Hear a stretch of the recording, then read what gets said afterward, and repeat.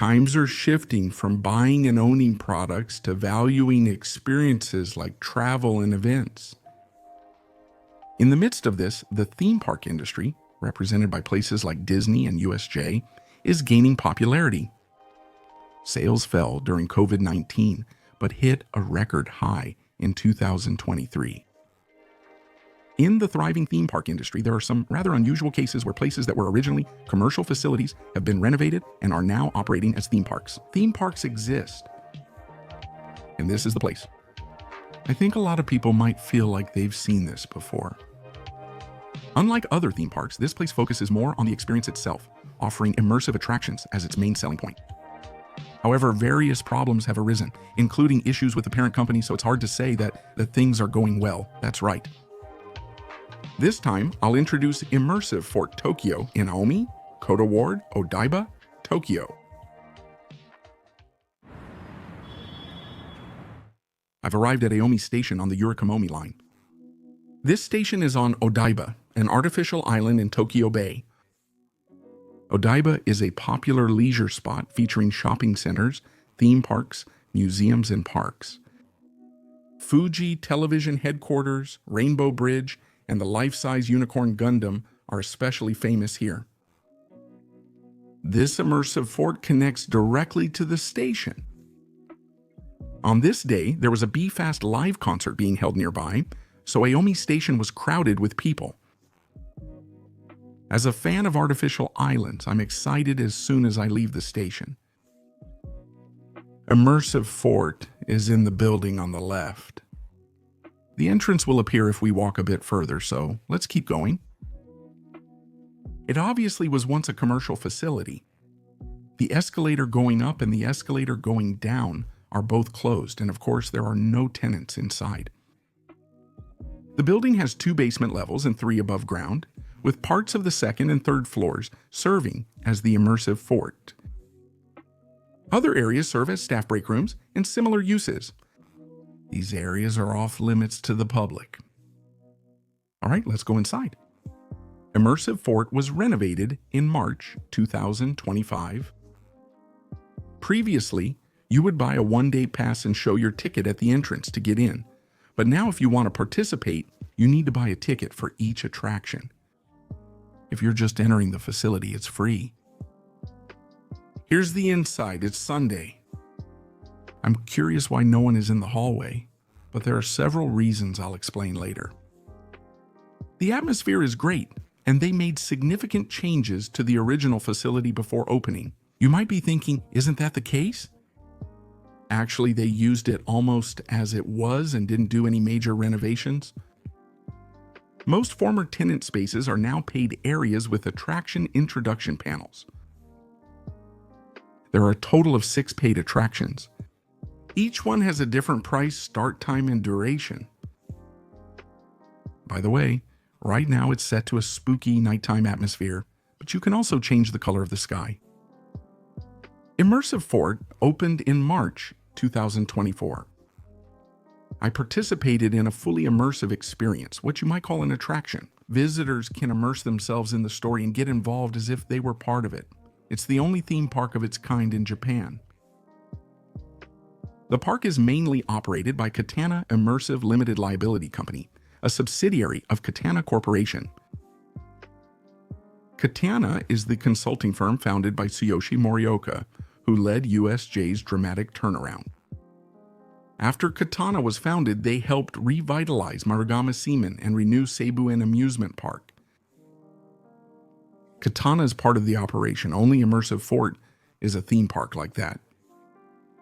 Junglia and Okinawa, run by Japan Entertainment Community, now with major shareholder Katana, have recently drawn significant attention, both positive and negative. Immersive Fort and Junglia both emphasize immersive experiences. Immersive Fort, which opened earlier, may have also served as a test facility to see how much immersive experiences would be accepted in Japan and how they could be accepted. This is just my speculation from reading past interviews, so please don't take it too seriously. While discussing that, I reached the facility's center. This place is called the Golden Plaza. Before the renovation, regular shows were held here, but not anymore. Now it's just chairs and tables. When it was a commercial facility, this area was a fountain plaza. The place that operated here, and to much regret, closed in 2022, was a commercial facility called VenusFort. The commercial facility, operated by Mori Building, opened in 1999. Mori Building and Toyota owned the land. What was distinctive was, of course, the interior design. It recreates medieval European streets from the 17th and 18th centuries. As I said before, the sky changes with time. It may be bright blue or sunset. The facility epitomized Odaiba's vibrant energy then. I think it depends on the generation, but it was famous as one of Tokyo's top dating spots. VenusFort was the commercial area within the complex facility called Pallet Town, but there were also other attractions like the giant Ferris wheel and Zepp Tokyo. I'm sure there are many people who have fond memories of it. I personally associate it with the area from Run for Money. I watched it and thought, wow, Tokyo has such a luxurious facility. Many traces of VenusFort remain even after it became Immersive Fort. The streets are still the same, and most things like the elevators, restrooms, and outdoor signs are just as they were. This time, I didn't just enjoy the facility for free, I bought a ticket for an attraction. The one I participated in was Alice in the Land of Now. The experience is 60 minutes and costs 4,800 yen.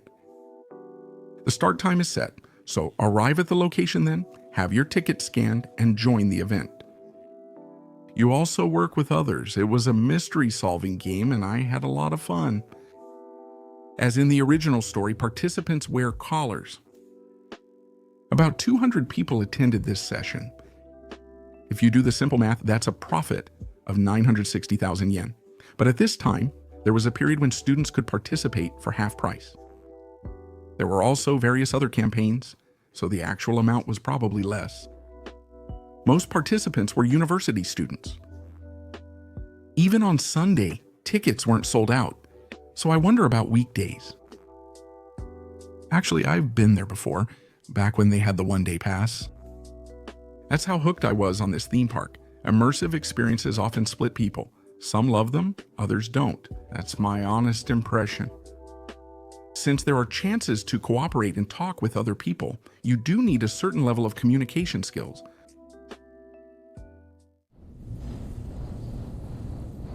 Now, even though it just opened in 2024, it underwent a major renovation in just 1 year. I'll briefly explain why it was renovated and what major changes were made. When it opened, a one-day pass included several free attractions. It's just like Disney or Universal Studios Japan. Besides the attractions, cast members might unexpectedly talk to you inside, involve you in incidents, or there could be shows at the Golden Plaza. In reality, around 70% of people bought a one-day pass and paid extra for more attractions. Is it because the free attractions only offer a few minutes of immersive experience, while the paid ones let you enjoy it for about an hour? They decided to end the one-day pass and remove all free attractions. You can have a deeper experience. They kept only the paid attractions and started selling individual tickets, according to what Mr. Morioka said in an interview. It might sound good, but I believe it's a major reduction. The main reason for ending the one-day pass is likely to cut labor and maintenance costs. In the past, the 3 free attractions were almost empty, and it's clear that satisfying visitors with immersive experiences requires a certain number of performers, which was putting pressure on expenses. The number of restaurants dropped from 4 to 1. Access to the 3 attractions is now restricted. The only new addition is probably the red carpet laid out in the hallway. But there are almost no people in the hallway. Previously, since events occurred spontaneously in different areas, the hallway was well utilized. But now, The hallway is just a passageway to get to the attractions. Good or bad, when the attraction ends, you can only relax at the cafe or go home, so it's not a place to spend the whole day. At this point, I'm not even sure if you can really call it a theme park anymore. It's more accurate to call it a theater you can join yourself. This place was once a commercial facility named VenusFort. Palette Town closed in 2022, and other facilities besides VenusFort, such as the Ferris wheel and Zepp, were demolished.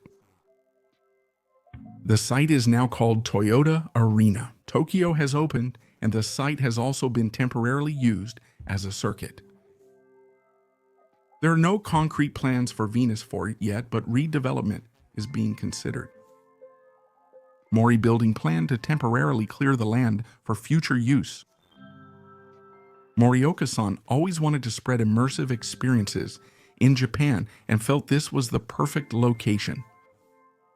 As a former commercial facility, initial costs were low and the interior was already sophisticated with an established atmosphere. And then the location, Odaiba. With all these favorable conditions, Katana rents VenusFort from Mori Building and operates Immersive Fort there. A theme park in a repurposed commercial space is revolutionary for someone like me who loves such spaces. I'm really impressed by how they've made use of the facility almost exactly as it was. It was fun walking around thinking a commercial facility used to be here. Based on the local rent market, the rent is estimated to be around 600 million yen per year. That's about 50 million yen per month.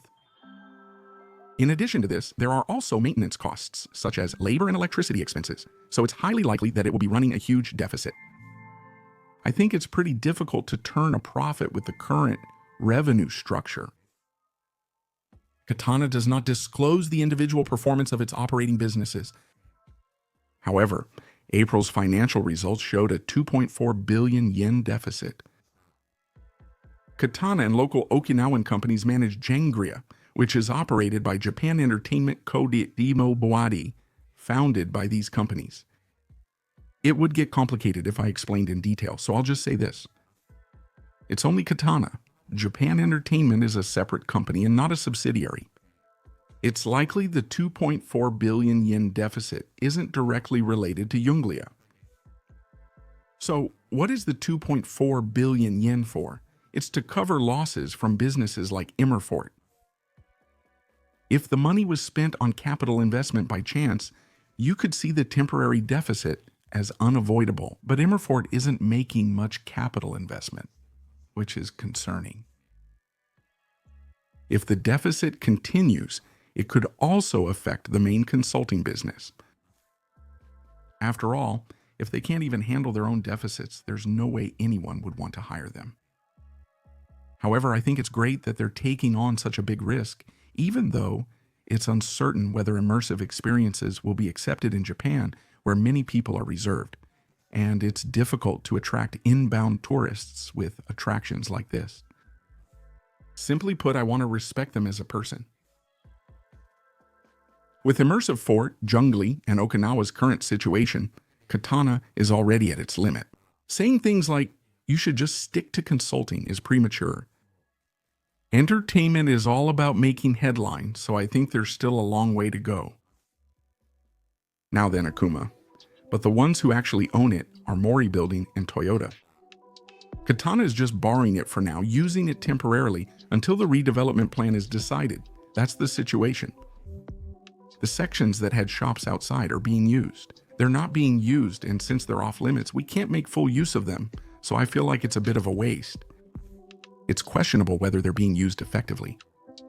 If they used regular tenants, they could likely fill the space. The arena has also opened. Since cost-cutting on exteriors and interiors is trending, I doubt similar commercial facilities will open soon. I would have liked to see it continue to thrive as a commercial facility, but the fact that it's being put to good use for another purpose now is something in itself. It just shows how attractive VenusFort was as a building. Even though it's a temporary facility, I hope they'll use it for as long as possible. As time has passed since the grand opening, several Odaiba facilities have closed for redevelopment. Many believe the vibrant era from 15 years ago is over, and the area is now in decline. It's hard to call this situation successful. Deciding how long to keep the immersive foot is a tough issue. To change the image of Odaiba, a very attractive redevelopment is necessary, and if we don't act quickly, we won't be able to compete in Tokyo, where the cityscape is constantly changing.